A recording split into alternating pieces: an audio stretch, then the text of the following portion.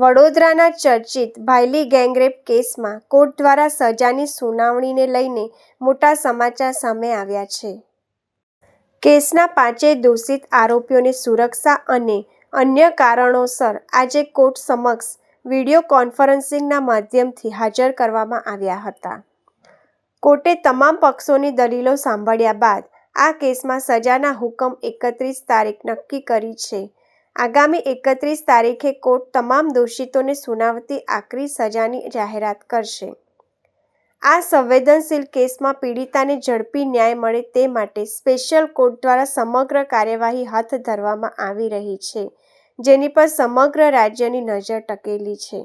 ફોજદારી કાયદાની જોગવાઈ મુજબ જ્યારે કોઈને પણ ગુનેગાર ઠરાવવામાં આવે ત્યાર પછીનો તબક્કો છે કે એને કરેલ ગુનાહિત કૃત્ય બદલ એને કેટલી સજા કરવી જોઈએ.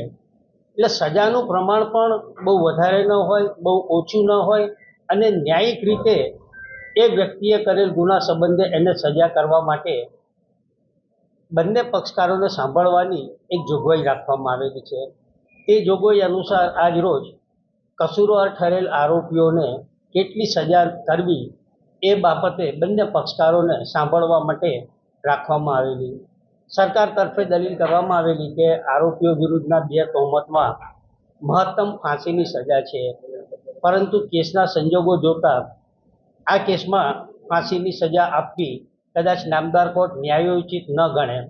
તો પણ આરોપી વિરુદ્ધના 2 ચાર્જ એવા છે કે જેમાં ગેંગરેપ છે અને સગીર બાળા ઉપર જ્યારે સામૂહિક બળાત્કારનો આક્ષેપ છે ત્યારે એ કાયદામાં ઠરાવેલ મહત્તમ સજાની જોગવાઈ કે વ્યક્તિ કુદરતી જીવન જીવે ત્યાં સુધીને આજીવન કેદની સજા અંગે અમે નામદાર કોર્ટ સમક્ષ ભારપૂર્વક દલીલો કરી અને રજૂઆત કરેલી છે.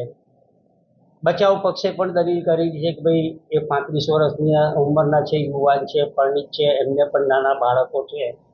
જેના જવાબમાં પણ કહેવામાં આવ્યું છે કે ભાઈ એ પરિણીત હતા, એમના નાના બાળકો હતા, સામે ભોગ બનનારનું પોતાનું પણ જીવન હતું. એ પોતાની કારકિર્દીની પોતાના જીવનની શરૂઆત કરી રહેલી હતી અને કુમળી વયે આવા ગુનાનો ભોગ બનેલ છે. ત્યારે આવા સંજોગો ધ્યાનમાં લઈ અને આરોપીઓ જીવે ત્યાં સુધીને એમને કેદની સજા કરવી જોઈએ. નામદાર કોર્ટે બધી પક્ષકારોને સાંભળી અને ચુકાદો લખવા માટે અને જાહેર કરવા માટે 31મી તારીખ નક્કી કરેલ છે.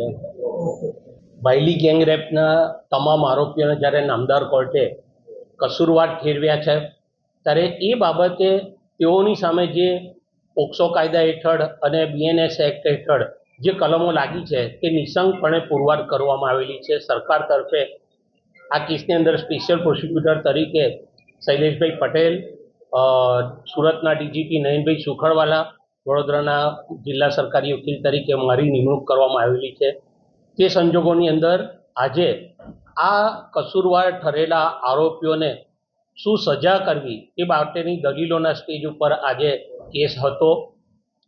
આરોપીઓની સામે જે પ્રકારે કલમો લગાવવામાં આવી છે અને એ તમામ નિઃશંકપણે પુરવાર થઈ છે ત્યારે આજે નામદાર કોર્ટ સમક્ષ અમે લોકોએ આ તમામ આરોપીઓને મેક્સિમમ પનિશમેન્ટ થાય જે રીતના કાયદાની અંદરના પ્રોવિઝન છે કે જે સામૂહિક ગેંગરેપ રીતે બળાત્કાર કર્યો છે એ આરોપીઓને જીવનના છેલ્લા શ્વાસ સુધીની સજા જ્યારે કાયદાની અંદર નક્કી કરવામાં આવેલી છે તે સજા થઈ શકે એવી આજે અમે રજૂઆત કરી છે. તમામ આરોપીઓ જ્યારે સામૂહિક ઈરાદાથી નીકળ્યા છે ત્યારે એમનો ઈરાદો પણ નામદાર કોર્ટમાં અમે સ્પષ્ટ કરેલો છે. આ કામે ભોગ બનનારના મોબાઈલની પણ લૂંટ કરેલી છે તેવા સંજોગોની અંદર પુરાવાનો નાશ કરવામાં આવેલો છે અને જે મોબાઈલ લૂંટીને લઈ ગયા એ મોબાઈલથી બાળકીને કોઈ પણ પ્રકારની મદદ મળે નહીં, મોબાઈલ ઉપર એ કોઈનો સંપર્ક ના કરી શકે એવા ઈરાદાથી જ્યારે આરોપીઓ આ મોબાઈલની લૂંટ કરીને જતા રહે છે તે સંજોગોની અંદર આજે નામદાર કોર્ટની અંદર અમે આ તમામ આરોપીઓને મેક્સિમમ પનિશમેન્ટ થાય તેવી અમે રજૂઆત કરેલી છે.